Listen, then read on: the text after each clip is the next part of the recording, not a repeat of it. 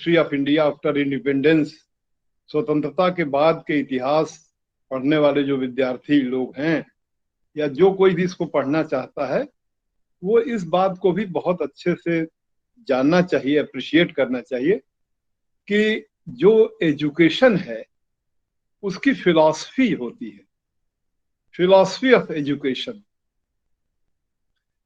हर देश की अपनी एक फिलॉसफी ऑफ एजुकेशन होती है। शिक्षा का दर्शन, जैसे चीन के बारे में अगर आप विचार करें तो चीन में शिक्षा का दर्शन मार्क्सवाद और लेनिनवाद पर आधारित रहा, माओ त्से तुंग के जमाने से। अब आजकल उनका शिक्षा का दर्शन बदल गया है, जिसमें उनकी अपेक्षा थी कि हर व्यक्ति मार्क्सवाद से परिचित होगा, लेनिनवाद से परिचित होगा, या माओ त्से तुंग के भी जो विचारधारा थी उनसे परिचित होगा। भारतवर्ष में जो शिक्षा का दर्शन है स्वतंत्रता के बाद, उसके मूल में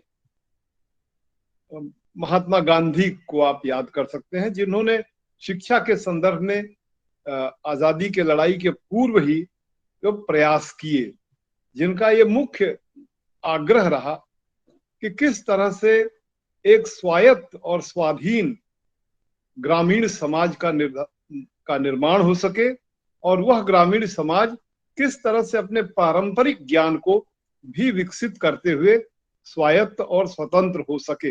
इसलिए स्वराज शब्द का भी प्रयोग करते रहे।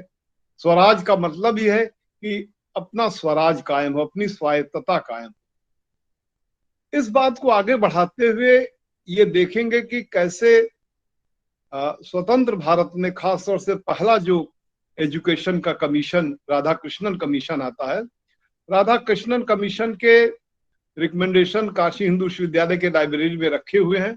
बच्चे पढ़े नहीं तो जाकर के देख सकते हैं उसे। उसमें बहुत ही डिटेल में राधाकृष्णन काशी हिंदू विश्वविद्यालय के वाइस चांसलर थे, बाद में उपराष्ट्रपति होते हैं, और अच्छे विद्वान व्यक्ति थे। कई विश्वविद्यालयों के कुलपति एक साथ ही थे वो। और उन्होंने जो वो रिकमेंडेशन किया तो बड़ा व्यापक रिकमेंडेशन हुआ उनका। उसी रिकमेंडेशन के अंतर्गत यूनिवर्सिटी ग्रांट कमीशन वगैरह की जो स्थापना होती है 1956 में, उसको आप देख सकते हैं। लेकिन 1947 से लेकर के और कोठारी आयोग 1964 बटा जो 1966 इंदिरा गांधी उसको स्वीकार करती है, इस बीच में जैसे जवाहरलाल के पीरियड में शिक्षा की क्या व्यवस्था थी भारतवर्ष में? क्या उस समय प्राइमरी स्कूल की पढ़ाई होती थी, मिडिल स्कूल की पढ़ाई होती थी, और उस समय क्या इंटरमीडिएट लेवल की पढ़ाई होती थी? यूनिवर्सिटी की पढ़ाई कैसी होती थी? उस समय बनारस हिंदू यूनिवर्सिटी में किस तरह से पढ़ाई होती थी 50 के दशक में और उसके पहले? बनारस हिंदू यूनिवर्सिटी में तो जैसा कि आप लोगों को नहीं पता हो तो आप जानिए कि शुरू से ही काशी हिंदू विश्वविद्यालय में कक्षा 1 से लेकर के एमए और पीएचडी तक की पढ़ाई होती थी। कक्षा 1 से होती थी, और वो काशी हिंदू विश्वविद्यालय के अंतर्गत होती थी। जो कक्षा 1 से लेकर के कक्षा 10 या 11 तक की पढ़ाई थी, वह आपके यहाँ जो सेंट्रल हिंदू स्कूल है, जिसे एनी बेसेंट ने 1898 में जिसका फाउंडेशन किया था, और जो संस्था मिल करके काशी हिंदू विश्वविद्यालय का निर्माण करती है, उससे मर्ज करके 1916 में। तो इस तरह से एक विश्वविद्यालय ऐसा मॉडल था जो कक्षा 1 से लेकर के और पूरे हाईएस्ट एजुकेशन तक की पढ़ाई करा रहा था। राधाकृष्णन आयोग के जो रिकमेंडेशंस थे, उनके आधार पर भी और उससे पहले भी आप एक बात और बहुत रिमार्केबल आप देखेंगे कि कोई भी देश की शिक्षा जो है वह किस तरह से उस देश की क्या प्राइमरी चुनौती है, उस चुनौती को कैसे मीट कर रही है। 47 में हिंदुस्तान के आजाद होने के साथ बहुत बड़ी चुनौती थी। एक तो विकास की चुनौती थी, जो आज भी विकास की चर्चा होती है। कैसे भारत एक बड़ा ही, जिसे कहा जाए कि पिछड़ा देश था। यद्यपि 39 करोड़ जनसंख्या थी, लेकिन औद्योगिक रूप से बहुत पिछड़ा था। कृषि के क्षेत्र में इतना पिछड़ापन था कि हम 39 करोड़ लोगों को भोजन नहीं करा सकते थे। और 50 के दशक में पहली बार विदेश से जो अनाज मंगाया गया, वो रूस से अनाज मंगाया गया भारत के लोगों को खिलाने के लिए। और सन 60 वगैरह तक आकर आप देखते हैं कि कैसे PL 480 एक योजना होती है, जिसके अंतर्गत अमेरिका से जो है अनाज आते हैं भारतवर्ष को खिलाने के लिए। तब तक भारत में ग्रीन रिवॉल्यूशन नहीं होता है। लेकिन 50 के दशक में जो कार्रवाई होती है, तमाम जो नहरें वगैरह खोदी बनाई जाती हैं, बिजली होती है, इलेक्ट्रिफिकेशन होता है, ट्रैक्टराइजेशन होता है, मॉडर्नाइजेशन होता है, उसका परिणाम होता है कि 68-69 तक आते आते ग्रीन रिवॉल्यूशन होती है, वैज्ञानिक तमाम प्रकार की क्रांतियों के माध्यम से। तो शिक्षा किस तरह से आपके देश को विकास में क्या योगदान करे, और विकास में योगदान के साथ ही साथ ये बड़ी महत्वपूर्ण बात मैं आप लोगों से निवेदन करूंगा, जो हिस्ट्री के विद्यार्थी इसको जरूर जाने और जिन जिन लोगों से मिले उनके साथ शेयर भी करें, कि कुछ बड़ी डोमिनेंट आइडियाज होती हैं समाज में। उन आइडियाज में कुछ तो ऐसी आइडिया होती है जो समाज को बहुत ही खराब करने वाली आइडियाज होती हैं, तोड़ने वाली होती है, विध्वंस करने वाली आइडिया होती है। और फिर शिक्षा के माध्यम से कैसे अच्छी आइडियाज लोगों के बीच में आए। 47 के समय के सबसे विध्वंसात्मक जो आइडियोलॉजी थी, जो कि आजादी के लड़ाई के दौर में दिखाई देती है, वो थी सांप्रदायिकता की आइडियोलॉजी। उस सांप्रदायिकता की आइडियोलॉजी को काउंटर करने के लिए, सांप्रदायिकता अर्थात धर्म धर्म के बीच में जो है एक प्रकार का विद्वेष है, इस तरह की आइडियोलॉजी लेकर के आप जानते हैं भारत का विभाजन हुआ, फिर पार्टीशन हुआ। उस पार्टीशन के परिप्रेक्ष्य को लेकर के भारत ने एक ऐसे शिक्षा नीति का अनुपालन करना था, जो शिक्षा नीति हिंदुस्तान के लोगों में एक जो सौमनस्यता कहते हैं, सामाजिक समरसता और सौमनस्यता का वातावरण तैयार करे। क्योंकि जो लोग विभाजन की मांग जिस वर्ग से, जिस समुदाय से हुई थी, उसके मैक्सिमम लोग भारत में ही रह गए, और बहुत से लोग जो है भारत से विभाजन की उस समुदाय के लोग मांग भी नहीं किए थे। जो मांग किए थे वो पाकिस्तान कुछ चले गए, बाकी सब यहीं रह गए।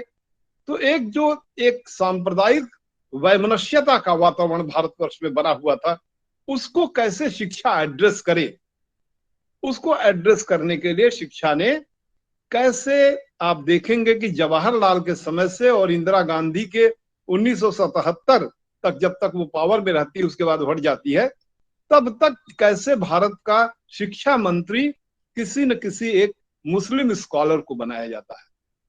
यह भी एक सोचने लायक बात है कि क्यों एक मुस्लिम स्कॉलर को बनाते हैं, जिसके बारे में बहुत से लोग कहते हैं वो तुष्टीकरण कर रहे थे। लेकिन आप जैसे सभी विद्यार्थियों को बड़ी गंभीरता से सोचना पड़ेगा कि वो तुष्टीकरण था या वो समाज की उस समय की जिम्मेदारी थी कि अगर भारतवर्ष है, भारत में कैसे एक समावेशी, सबका साथ सबका विकास, और क्या आजकल बड़े अच्छे अच्छे नारे हमारे प्रधानमंत्री जी देते रहते हैं, समावेश करके सबको लेकर के चलना है। उस समावेश में शिक्षा नीति, अब अगर आप 50 के दशक के प्राइमरी स्कूल की पुस्तकें पढ़ें, मैं प्राइमरी स्कूल में पढ़ने के लिए मैं खुद बता रहा हूं कि मैं प्राइमरी स्कूल में पढ़ने 1960 में गया अपने गांव के स्कूल में, और 1960 से लेकर के और 65 के बीच में कक्षा 5 तक की पढ़ाई किया। 65 के बाद मैं फिर एक ऑल इंडिया कंपटीशन होता था उस समय, जिसमें कि रेजिडेंशियल स्कूल में जैसे जवाहर नवोदय विद्यालय है, वैसे उस जमाने में एक ऐसा कंपटीशन था जिसको गांव के बच्चे क्वालिफाई करें तो उन्हें बहुत ही इलीट स्कूल में भर्ती कराया जाता था। इलीट पब्लिक स्कूल, जैसे बनारस में राजघाट बसंत स्कूल, उसमें बहुत ही एक टफ 3-4 लेवल के कंपटीशन से क्वालिफाई करना होता था। मैं उसमें क्वालिफाई किया, फिर राजघाट बसंत स्कूल में पढ़ा। राजघाट बसंत स्कूल की जो पाठ्य पुस्तकें थी, वो किस तरह की पाठ्य पुस्तकें थी, किस तरह से वहां संस्कृत भी हम लोग पढ़े तो अंग्रेजी भाषा में पढ़ते, जो अंग्रेजी भाषा का विद्यालय रहा। और हर ये बस सूचना देने के लिए कह रहा हूं कि किस तरह से एक ऐसे, और धर्म के तमाम वहां पर वो एनी बेसेंट द्वारा चूंकि फाउंडेड स्कूल था या है, और एनी बेसेंट काशी हिंदू विश्वविद्यालय के भी फाउंडेशन में उनका रोल रहा, जो हिंदू धर्म के एक बड़े उदार विचारधारा से बहुत प्रभावित थी। पंडित मदन मोहन मालवीय भी उसी विचारधारा को लेकर के काशी हिंदू विश्वविद्यालय में एक उदार और एक आधुनिकीकरण से युक्त एक हिंदू समाज के रचना के संदर्भ को लेकर के काशी हिंदू विश्वविद्यालय अस्तित्व में आता है। तो इस तरह से आप देखते हैं कि जो शिक्षा की फिलॉसफी है भारतवर्ष में, वो ये थी कि हम एक ऐसे नागरिक समुदाय का निर्माण करेंगे, जो नागरिक समुदाय हमारे देश में सौमनस्य वातावरण बनाएगा, और हमारे देश के जो सामाजिक और आर्थिक विषमता है उसको दूर करने के लिए सरकार ने बड़े बड़े जिसे कहा चुनौतीपूर्ण कदम उठाए। जैसा कि हम लोगों ने देखा कि किस तरह से पहला महत्वपूर्ण कदम आजाद हिंदुस्तान का जमींदारी अबॉलिशन रहा। पहला महत्वपूर्ण कदम के रूप में ही आप देख सकते हैं किस तरह से रिजर्वेशंस वगैरह लाए गए, कैसे दलित वर्ग के लिए या शेड्यूल ट्राइब आप कहिए, उनके लिए कैसे रिजर्वेशन ला करके उनको सरकारी नौकरियों में, पार्लियामेंट में किस तरह से उनकी स्थिति को उन्नयन करने का प्रयास किया गया। उन्नयन करने में बहुत अधिक प्रयास करने का क्या परिणाम है वो तो मूल्यांकन करके लोग देख सकते हैं कि आज की स्थिति क्या है। लेकिन उस समय का ये एक बहुत बड़ा लक्ष्य था कि हर 10 साल पर शेड्यूल ट्राइब के लिए पार्लियामेंट में, स्टेट लेजिस्लेशन में उनको रिजर्वेशन दिया जाएगा। ये सब का जो चिंतन है, जैसे कई बार बच्चे कहते हैं कि रिजर्वेशन ठीक नहीं, ये नहीं होना चाहिए, लेकिन तब उनको इतिहास का विद्यार्थी या हम जैसे लोग बताते हैं कि नहीं, रिजर्वेशन बहुत जरूरी है। इसलिए जरूरी है कि बहुत से लोग, जो हमारा देश है, अगर समावेशी विकास होना है तो कैसे उन लोगों को भी उसमें शामिल करने की जरूरत है।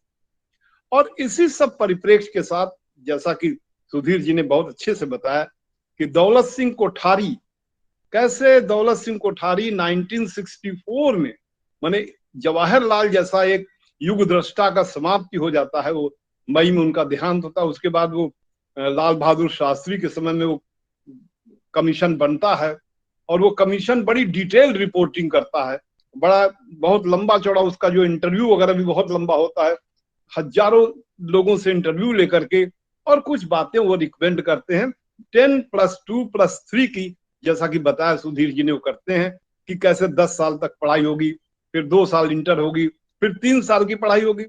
कई बार बच्चों को समझ में आता है कि 10+2+3 क्या होता है।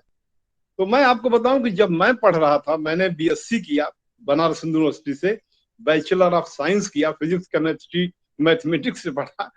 तो मैं जो है 10th पास करने के बाद, बीएचयू का ही 10th था, राजघाट बसंत स्कूल, उसको एडमिशन एग्जाम कहते थे। फिर उसके बाद मैं बीएचयू में पीयूसी में एडमिशन लिया, जो 11th के बराबर होता था, जो कमच्छा में पढ़ाई होती थी।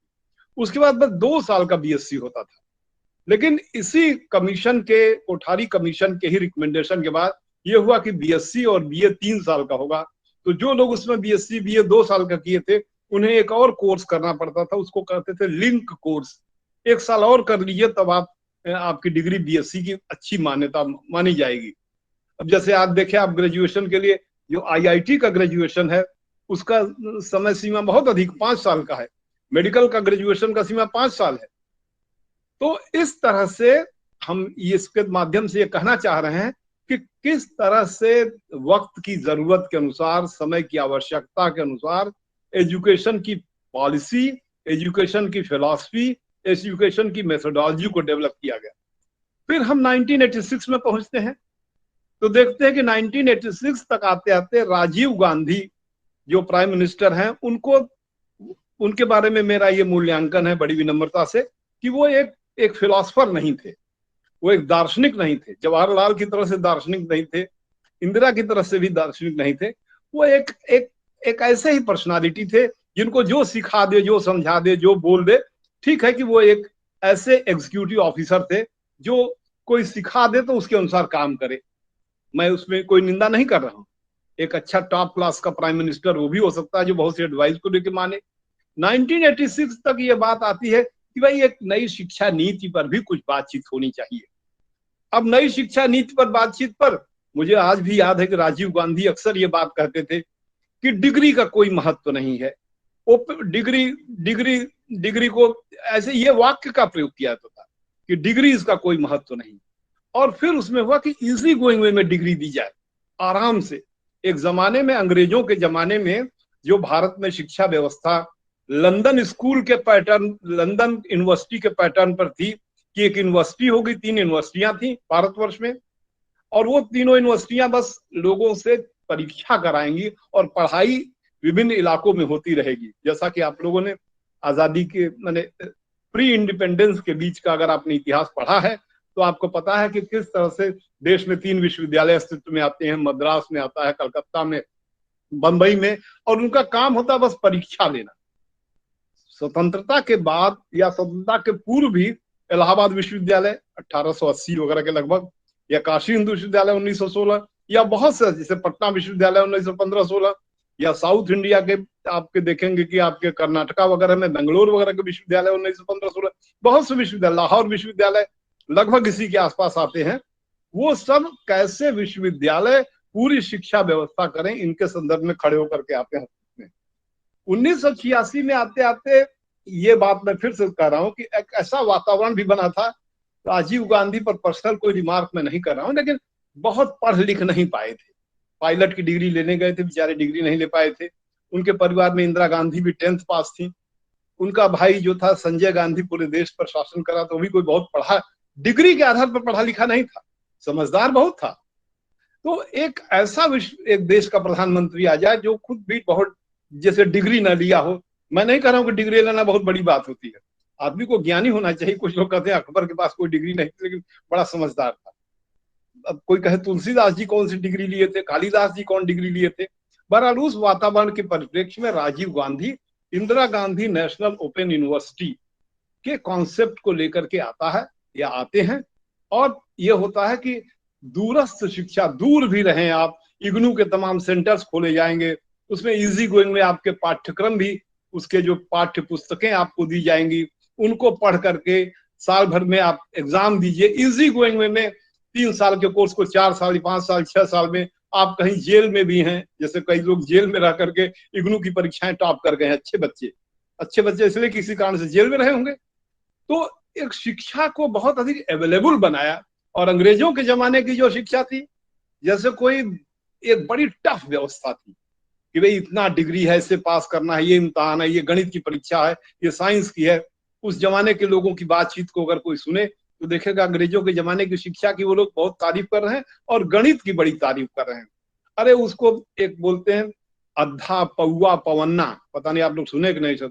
वो फलाना व्यक्ति तो बड़ा, जैसे आप लोग 2 into 2, 2 के 2, 2 दूनी 4, 2 3 6, 2 चौको 8 जैसे पहाड़ा वाला पढ़ते हैं, वैसे अद्धा का, पौआ का, पवन्ना का पहाड़ा पढ़ने वाले पुराने जमाने के, मतलब 50 के पहले के जो बच्चे हैं वो अच्छे माने जाते थे।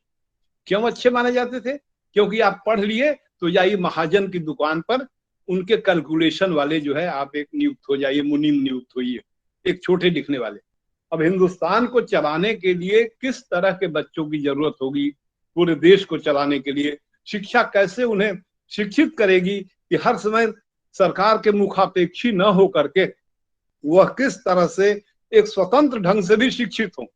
जैसे कई बार बहुत बहस होती है कि हमारे प्रधानमंत्री की डिग्री क्या है, प्रधानमंत्री भी नहीं डिक्लेयर करके बताते हैं कि मैं MA पास हूं, लेकिन कोई बहुत जोर नहीं देता है। लेकिन ये कोई बहुत महत्वपूर्ण बात नहीं है कि प्रधानमंत्री MA पास है कि क्या पढ़े हैं। लेकिन मैं देखता हूं कि उनकी बातचीत देखिए, वो जब पहली बार प्रधानमंत्री हो तब वो कैसे बोलते थे, धीरे धीरे उन्होंने कितना मेहनत करके अपने को इम्प्रूव किया, बहुत सी बातों पर कितने सजग ढंग से बातों को रखते हैं, बड़े सब एडवाइजर देते हैं, लेकिन वो पिकअप तो करते हैं। तो विश्वविद्यालय में या प्राइमरी स्कूल से लेकर के और भी जो पढ़ाई, शिक्षा का उद्देश्य क्या है?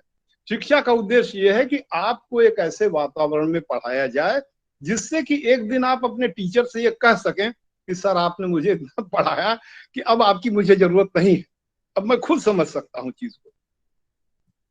इस तरह की स्थिति बच्चों की हो। ये पेडागॉजी एक शब्द होता है, शिक्षा के आर्ट के बारे में कहते हैं, आर्ट ऑफ एजुकेशन। ऐसे शिक्षित किया जाए कि बच्चों में ये एक प्रकार की ऐसी जिज्ञासा आ जाए कि वो लाइब्रेरी में जा करके, सेंट्रल लाइब्रेरी में दिन भर पढ़ करके और फिर ज्ञान को खुद प्राप्त करके अपने टीचर से भी बेटर ज्ञान प्राप्त कर लें। जैसा कि बड़ी विनम्रता से कह रहा हूं कि एक जमाने में हम तो लाइब्रेरी में सुबह 9 बजे जाते थे, शाम को 7 बजे वहां से हटते थे। इतनी सब जितनी भी लाइब्रेरी में किताबें थी मैक्सिमम मैंने पढ़ने की कोशिश की। हमारे साथ और भी बच्चे लोग थे, वो लोग पढ़ते थे। एक पढ़ने का एक शौक था। लेकिन मैं सोचता हूं कि इस तरह का शौक, इस तरह का एक हॉबी बच्चों के बीच में अगर विश्वविद्यालय की शिक्षा के माध्यम से ऐसा हो जाता है उनके पास कि पढ़ाई और ज्ञान, आज तो काशी हिंदू विश्वविद्यालय में इतनी सुविधाएं हैं, आप हिंदू विश्वविद्यालय के परिसर में रहें, JSTOR वगैरह तमाम ऐसी मैगजीन्स हैं जिसके लिए BHU करोड़ों रुपया खर्चा देकर उनका सब्सक्रिप्शन लेता है, उसको लेकर पढ़ करके इतना ज्ञान प्राप्त कर सकें कि जो हम लोग विश्वविद्यालय अंतरराष्ट्रीय क्षेत्र में हमारी रैंकिंग बहुत नीचे है, खुद अपने देश में जो रैंकिंग की जाती है उसमें बहुत पीछे हैं। अब वो क्या है ये एक अलग बात है, इस पर अलग से कभी चर्चा होगी। लेकिन मुख्य बात यह है कि किस तरह से विश्वविद्यालय या जो तमाम जो छोटे लेवल से जो पढ़ाई हो रही है, आजकल बहुत अच्छी व्यवस्था हो रही है कि प्राइमरी स्कूल के मास्टर लोग स्कूल में पहुंचे, उनके सॉफ्टवेयर से उनकी मॉनिटरिंग हो रही है, वो पहुंच गए कि नहीं पहुंच गए, फिर क्लास में वो क्या पढ़ा रहे हैं। बहुत गांव के रूरल एरिया के तमाम हमारे कुछ विद्यार्थी टीचर हैं, उन्होंने बताया कि सर हम लोगों का अटेंडेंस एकदम मॉनिटर हो रहा है। हम तो जब प्राइमरी में पढ़े तो हमारे टीचर खैर बड़े योग्य थे, क्योंकि हिंदुस्तान की आजादी के समय से बड़े कमिटेड थे, लेकिन बाद में बताया लोगों की मास्टर साहब लोग आते हैं, पढ़ाते नहीं है और बस ऐसे अपना समय व्यतीत करते हैं। तो कहने का तात्पर्य मेरा ये है कि हम लोग जब भारत की एजुकेशन पॉलिसी के बारे में बात करेंगे तो सन 86 में ठीक है कि राजीव गांधी को किसी ने कहा और राजीव ने एक अच्छा कदम उठाया, जो शिक्षा नीति, उसमें मुझे याद है कि उस शिक्षा नीति के अंतर्गत यूनिवर्सिटी एजुकेशन के संदर्भ में जो प्लान किया गया वो ये किया गया कि विश्वविद्यालय के अध्यापकों को शिक्षित किया जाएगा। अब उसी प्रक्रिया में काशी हिंदू विश्वविद्यालय में आप लाइब्रेरी के बगल में देखते होंगे कि एक यूजीसी का एक, जिसे कह लीजिए आप, ट्रेनिंग सेंटर है, जिसका मैं कई साल तक कोऑर्डिनेटर भी रहा। तो जब यहाँ पर प्रोफेसर सिंह बहादुरी वाइस चांसलर हुआ करते थे तो उन्होंने मुझे उसका कोऑर्डिनेटर बनाया था, जिसमें कि पूरे देश भर के जो भी यूनिवर्सिटी में लेक्चरर या असिस्टेंट प्रोफेसर नियुक्त हुए हैं उनको 4 वर्ष या 5 साल में प्रमोशन मिलता है। उस प्रमोशन के लिए उनको कंपलसरी किया गया कि अगर आप यूनिवर्सिटी ग्रांट कमीशन द्वारा नियुक्त ये जो कॉलेजेस हैं, जो यूजीसी के, जिसे चलिए टीचर्स ट्रेनिंग कॉलेज ही कह लीजिए, उसमें 21 दिन या 27 दिन तक रिफ्रेशर कोर्स और ओरिएंटेशन कोर्स नहीं करेंगे तो आपको प्रमोशन नहीं मिलेगा। ये राजीव गांधी के शिक्षा नीति का कंट्रीब्यूशन था। अब आजकल विश्वविद्यालयों में अध्यापक लोग पढ़ाने जाते हैं, पीएचडी किए हों या नॉन पीएचडी हों, इंटरव्यू दिए, क्वालिफाई करके क्लास में गए, पढ़ाने लगे। पढ़ा सकते हैं, ठीक बात है, लेकिन क्या यूनिवर्सिटी के टीचर की कोई ट्रेनिंग होती है कि कैसे पढ़ाया जाए, कैसे लेक्चर दिया जाए, कैसे क्लास किया जाए? क्या यूनिवर्सिटी किसी प्रकार का एश्योरेंस देती है अपने विद्यार्थियों को कि आपको जो टीचर पढ़ा रहे हैं वो क्वालिटी एजुकेशन दी जाएगी? अभी मैं आपको ऐसे सूचित कर रहा हूं कि इधर बीच विगत 10 वर्षों में या 5 वर्षों में गवर्नमेंट ऑफ इंडिया ने, मिनिस्ट्री ऑफ एजुकेशन ने और यूजीसी ने बहुत से ऐसे पत्र लिखे सभी यूनिवर्सिटीज को। आपके देश में सभी यूनिवर्सिटी 100% सब्सिडाइज्ड है, चपरासी से लेकर के और अध्यापक वाइस चांसलर तक सबकी तनख्वाह केंद्र सरकार या राज्य सरकार देती है। एक पैसा भी कहीं से कोई, चाहे जैसे कोई कहे कि हमें डोनेशन चाहिए यूनिवर्सिटी के लिए, कोई कह रहे हैं आजकल बड़ा डोनेशन मांग रहे हैं, भाई आपके यूनिवर्सिटी में जो इतने पैसे सरकार दे रही तो सरकार से ही मांगो, प्राइम मिनिस्टर की कॉन्स्टिट्यूएंसी है, आप जो मांगोगे वो मिल जाएगा आपको। लेकिन नहीं, वो जो भी उनके मन में भाव होगा, विश्वविद्यालय को पैसे चाहिए। हम कह रहे हैं कि जिस इलाके से वो आते हैं उस इलाके में, यार गौतम अडानी का नाम आप लोगों ने सुना होगा, वो भी जैन है। आप देखें कि हिंदुस्तान के सबसे धनी व्यक्ति हैं, जिस इलाके से कोई आ रहा है वहीं गौतम अडानी से कह दे कि भाई 1,000 करोड़ रुपया बीएचयू को दे दो, तुमको इतना जो है एयरपोर्ट हमारा बीएचयू, हमारे बनारस का सांसद दिया है, इतने एयरपोर्ट में 70 साल का तुमको जो है वो दिया गया है कि लीज पर ले लिए हो। एक बिलियन माने होता है 1,000 करोड़, 1,000 करोड़ बीएचयू को दे दो। लेकिन बीएचयू कहेगा क्या करेंगे लेकर इतना पैसा, हमको तो सेंट्रल गवर्नमेंट दे ही रही है। होना ये चाहिए कि यूनिवर्सिटी में, जो कि गवर्नमेंट ने कहा कि क्वालिटी एश्योरेंस, अब प्राइवेट सेक्टर की जो तमाम यूनिवर्सिटीज हैं उन सभी यूनिवर्सिटीज में तो हम देखते हैं कि एक एक क्लास को, जैसे हम और सत्यपाल जी ले रहे हैं, 2-2 टीचर ले रहे हैं, उनकी टीचरों की मॉनिटरिंग हो रही है कि आज आपने क्लास में कैसा पढ़ाया, उनका लेक्चर रिकॉर्ड हो रहा है, बच्चों को भी वो लेक्चर दिया जाता है, बच्चों से भी ये लिया जाएगा कि साहब इसमें कौन सी बात हमको और भी चाहिए और हमसे इंटरैक्ट करके सीखिए।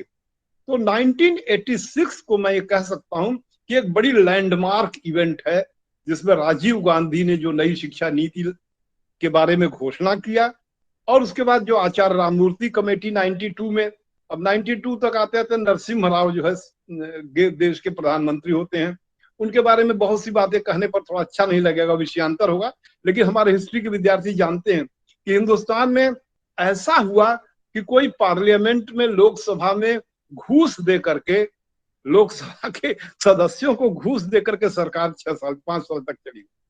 अब ऐसे अनैतिक सरकार के वातावरण से कौन सी शिक्षा नीति? आप देखें कि कोठारी आयोग की रिपोर्ट को आप पढ़ेंगे तो उसमें एम बताया, क्या एम है का, सोशल, मॉरल और एजुकेशनल वैल्यूज को बढ़ावा दिया जाए शिक्षा के माध्यम से। सोशल वैल्यूज, मॉरल वैल्यूज और स्पिरिचुअल वैल्यूज। इसके माने क्या होता है वो आप लोग समझिएगा कि एजुकेशन का एम क्या है। काशी हिंदू विश्वविद्यालय में विद्यार्थी पढ़ रहा है तो उसका पढ़ने का लक्ष्य क्या है? वो डिग्री लेकर के नौकरी पा ले? क्या वो एक अच्छा नागरिक भी बने? तो ये सब बातें भी जब आप अपने एजुकेशन के पॉलिसी का, एजुकेशन का मूल्यांकन करेंगे कि स्वतंत्र भारत में कैसी शिक्षा हुई, कि किस तरह से नागरिक पैदा हो रहे हैं, क्या नागरिक सत्य के लिए खड़े होने वाले हैं, ऐसे नागरिक पैदा हो रहे हैं जो कह सके नहीं भाई ये बात सत्य है, ये नैतिक है। इसको जैसे कि एक जमाने में बहुत से हम लोगों के पुराणों में, ग्रंथों में नैतिकता की बहुत सी बातें होती है और अनैतिकता की बातों पर भी चर्चा हुई है। तो शिक्षा किस तरह से व्यक्ति को नैतिक बनाए, स्वावलंबन बनाए। अब कोठारी आयोग में व्यावसायिक शिक्षा पर बल दे दिया गया। अब आज व्यावसायिक शिक्षा पर इतना बल दिया जा रहा है, अभी जो न्यू एजुकेशन पॉलिसी आई है उसमें कैसे प्री प्राइमरी स्कूल का क्या कॉन्सेप्ट है। प्री प्राइमरी स्कूल शब्द जो है वो कोठारी आयोग में भी प्रयोग किया गया है कि प्राइमरी स्कूल के पहले का प्री प्राइमरी, उसमें मॉन्टेसरी है और किंडरगार्टन, ये दोनों शब्द कोठारी आयोग की रिपोर्ट में है कि मॉन्टेसरी और किंडरगार्टन शब्द को हटा करके अपने यहाँ ये शब्द लाया जाए कि प्री प्राइमरी एजुकेशन क्या होगा। अभी न्यू एजुकेशन पॉलिसी आप लोगों ने जो देखा उसमें हमारा भी एक विद्यार्थी काशी हिंदू विश्वविद्यालय में बीए पढ़ा हुआ एक लड़का भी उस न्यू एजुकेशन पॉलिसी का सदस्य था जिसको हमने बीए में पढ़ाया था। अब हम ये नहीं करें कि उसको हम पढ़ाए थे तो क्या वो रिकमेंडेशन करेगा, नहीं किया, वो लोग मिल करके किए। लेकिन उसमें जो सबसे बड़ी बात है, जो आप जैसे लोग विद्यार्थी, जो इतिहास के विद्यार्थी हैं, वो एक जज के रूप में भी है कि वो देखें कि शिक्षा का क्या उद्देश्य है।